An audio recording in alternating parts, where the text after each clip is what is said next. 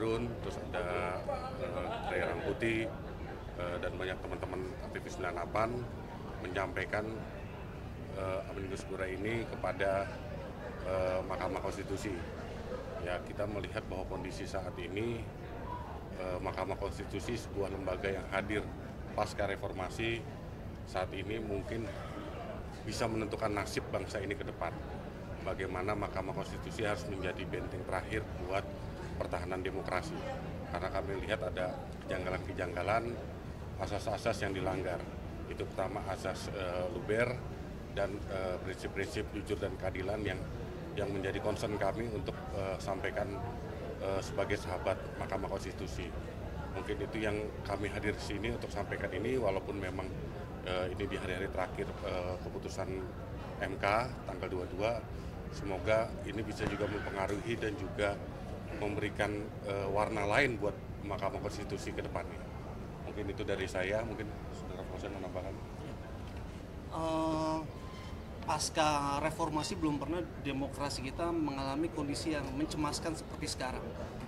Kondisinya benar-benar dalam mara bahaya. Kita nggak pernah menyangka ada satu presiden yang akhirnya bisa melakukan langkah seperti ini, dan ini sangat membahayakan situasi kondisi berbangsa dan bernegara kita. Oleh karena itu kita melihat peristiwa seperti ini, kita mencoba memperkuat barisan reformasi dan demokrasi dengan menyerahkan Amicus Curiae pada Mahkamah Konstitusi, dan kita berharap agar segala putusan nanti yang diputuskan oleh hakim dibuat berdasarkan keadilan dan melihat kondisi demokrasi yang saat ini perlu diselamatkan. Itu aja. Poin-poin apa Pak yang mungkin perlu disampaikan dalam Ya, salah satu poinnya kita tidak melihat bahwa perselisihan Pilpres ini ada cuma angka-angka kualitatif tapi juga kuantitatif, ya, bahwa ada prinsip-prinsip yang dilanggar. Itu yang jadi poin pentingnya. Jadi bukan cuma angka selisihnya sekian persen, selisihnya sekian juta, tapi ada prinsip-prinsip yang tadi yang coba dilanggar pada pemilu ini, dan itu menjadi penekanan kami. Itu pertama. Kedua, kami juga ingin melihat bahwa Mahkamah Konstitusi harusnya bisa mengkabulkan apa yang dimohonkan dalam keputusan ini, asal ya kan tidak ada tekanan-tekanan buat Mahkamah Konstitusi. Kami melihat itu supaya Mahkamah Konstitusi bekerja dengan benar dan menjalankan sesuai dengan etika dan moralnya. Mungkin itu saja yang menjadi poin pentingnya. Gitu. ini berarti mengabulkan apa yang dimohonkan itu termasuk dengan pemungutan suara ulang atau gimana?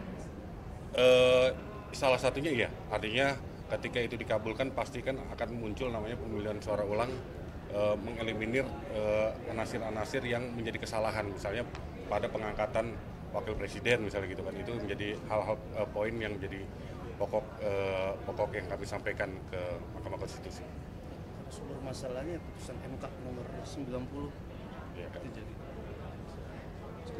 Oke, itu saja dari kami.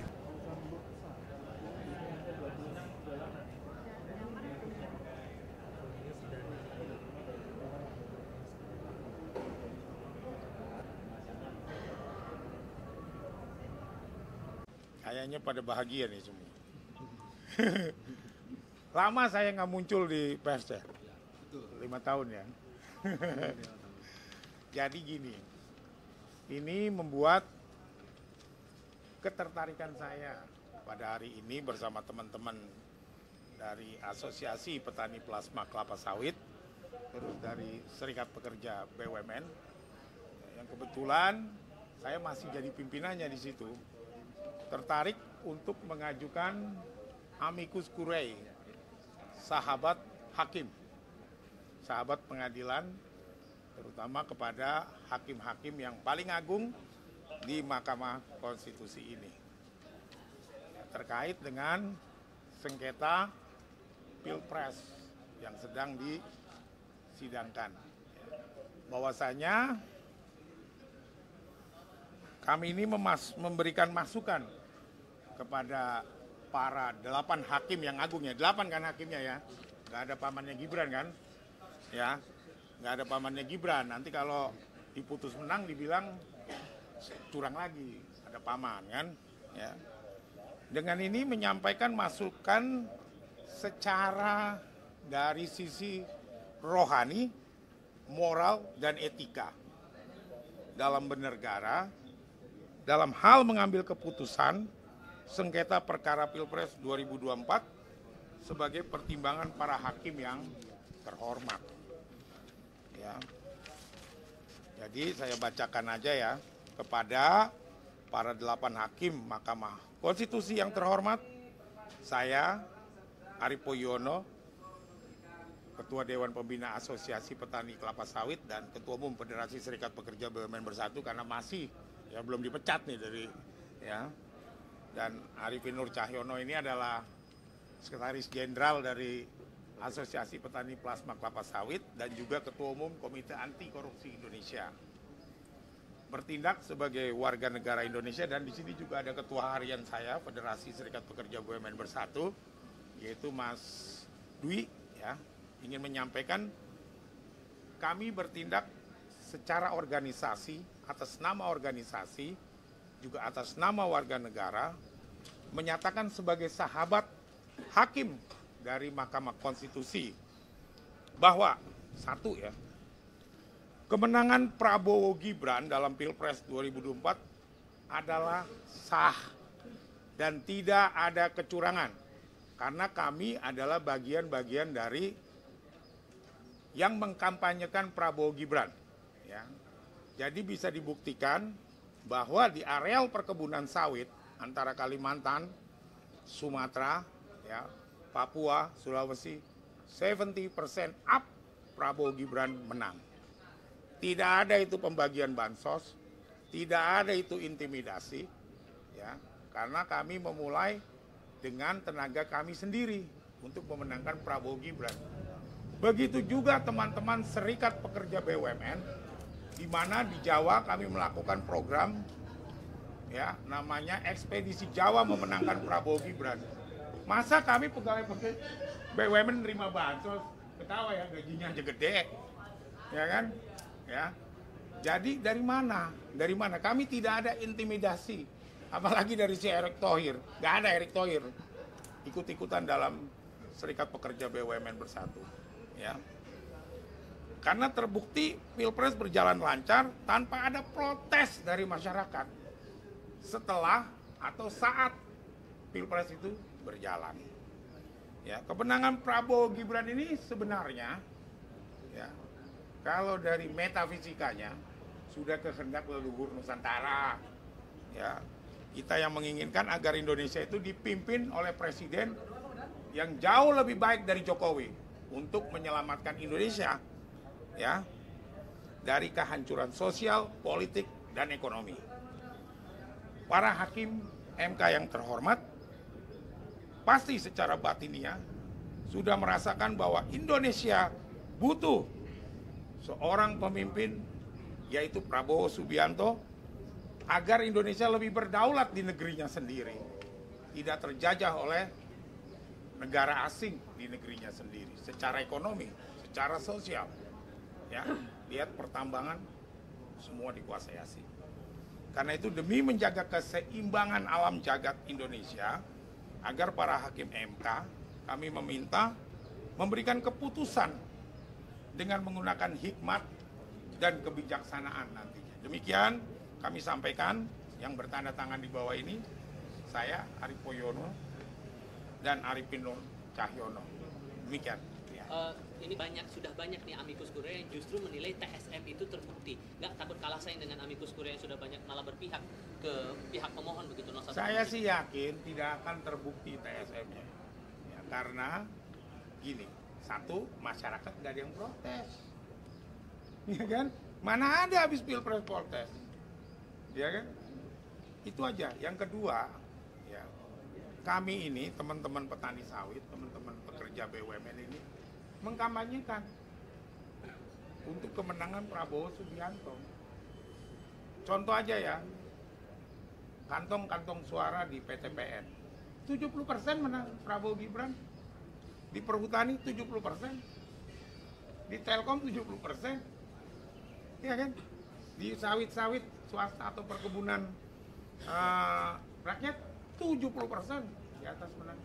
Dari mana kecurangan secara TSM? Mau keluar duit berapa mereka kepada kami? Tidak. Kami tanpa dibiayai, sukarela, bekerja untuk memenangkan Prabowo Gibran. Jadi dari mana TSM-nya? Yang dituding ada penggiringan massal dari aparatur negara, dari aparatur desa. Semacam mobilisasi. Iya. Kami Federasi Serikat Pekerja BUMN Bersatu terpisah secara hukum, secara undang-undang pekerja, dan secara undang-undang ketenaga kerjaan tersendiri. Dan kami tidak dalam komando Erick Thohir. Karena kami sendiri berbeda sama Erick Thohir. Dalam politiknya BUMN, kami selalu berlawanan sama Erick Thohir. Kami tidak bisa diperintah Erick Thohir. Kami tidak dalam penindasan. Kami tidak dalam perintah pekerja oleh direksi-direksi BUMN. Karena status pekerja BUMN itu, serikatnya itu berbeda dengan manajemennya, Mas. Undang-undang ketenaga kerjaan. Ya jadi itu KPU juga waktu itu ngawur bahwa serikat pekerja BUMN atau pekerja BUMN tidak boleh kampanye. Yang nggak boleh kampanye itu kan adalah jadi tim kampanye itu kalau dia tingkatannya direksi dan komisaris. Gitu kan. Jadi seperti itu, Mas. Jadi tidak ada tekanan kepada kami. Kami membiayai diri secara swadaya. Ya, boleh cek aliran dananya. Ya kan. Kami di Asosiasi Petani Kelapa Sawit juga alirannya sendiri. Tidak ada bantuan dari mana-mana. Jadi dari mana kami intimidasi? Sedangkan pekerja sawit, plasma sawit ini jumlahnya 14 juta orang anggotanya. Nggak ada, Mas. Dan mereka bukan penerima bansos. Mas, sekarang bilang amikus kuria yang dipertimbangkan itu yang diajukan sebelum tanggal 16 April atau 16 April maksimal. Ini diajukan tanggal 18 tidak akan dipertimbangkan gimana, Mas? Ya nggak apa-apa, nggak berpertimbangkan juga. Ya kan? Tapi kami kan menyuarakan, ya karena itu kami butuh kawan-kawan untuk menyuarakan ini kepada para hakim agar mendengarkan juga kelas pekerja, kelas petani, ya, bahwa kelas pekerja dan kelas petani ini butuh ketenangan. Ya. Pilpres sudah dilakukan, sudah saling kampanye gede-gedean, ya. Kalau ada intimidasi, ada apa? Kenapa nggak dilaporin saat pilpres, saat kampanye? Ada misalnya tekanan dari aparat, misalnya dari kepolisian, dari ASN, dari tentara. Kok nggak dilaporin dari awal? Ya kan? Bener nggak? Kan gitu kan? Kalau ini kan demokrasi terbuka. Laporkan saja, kalau nggak bisa dilaporkan, masukin medsos, TikTok. Jadi kecurangan dari mana? Tekanan dari para ASN atau polisi atau tentara, mana buktinya? Jadi tidak bisa karena itu ditolak permohonannya. Ya harus ditolak. Buktinya nggak ada. Kami sih tidak masuk dalam status masalah legal hukumnya, ya enggak ya. Kami hanya minta secara rohani, etika, moral bahwa hakim MK harus berpegang pada hikmat dan kebijaksanaan dalam memutuskan yang ini. Dan kami juga tidak ingin mengintervensi hakim untuk menolak atau untuk menerima. Tidak kan, kami tidak pernah bicara beda dengan amikus kurie lain kan. Ya kan? Karena kami pelaku kampanye. Ya kan? Kalau amikus yang lain itu kan bukan pelaku kampanye. Gitu kan? Nggak jelas. Ya. Sebagai pendukung Pak Prabowo dan Mas Gibran ya? Saya sebagai pendukung Prabowo dan Gibran, ya, terutama mereka, ya, Asosiasi Petani Plasma Kelapa Sawit, Serikat Pekerja BUMN yang sudah berjibaku mati-matian memenangkan Prabowo Gibran, kok dianggap curang gitu loh, ya kan? Benar nggak? Berarti pembelaan yang disampaikan kuasa hukum Prabowo Gibran itu dirasa belum cukup, makanya mengajukan sengketa itu. Saya rasa cukup nggak cukupnya yang menilai hakim. Ya, mereka sendiri, saya tidak mengintervensi tim hukumnya Prabowo. Misalnya mengintervensi si Hotman, enggak. Ya kan, karena si Hotman itu katanya paten gitu kan, ya kan. Ya kan, tapi walaupun terlihat seperti itu, dia terlihat sombong. Gitu kan, nggak boleh sebenarnya. Kami tidak mau sombong, ya kan.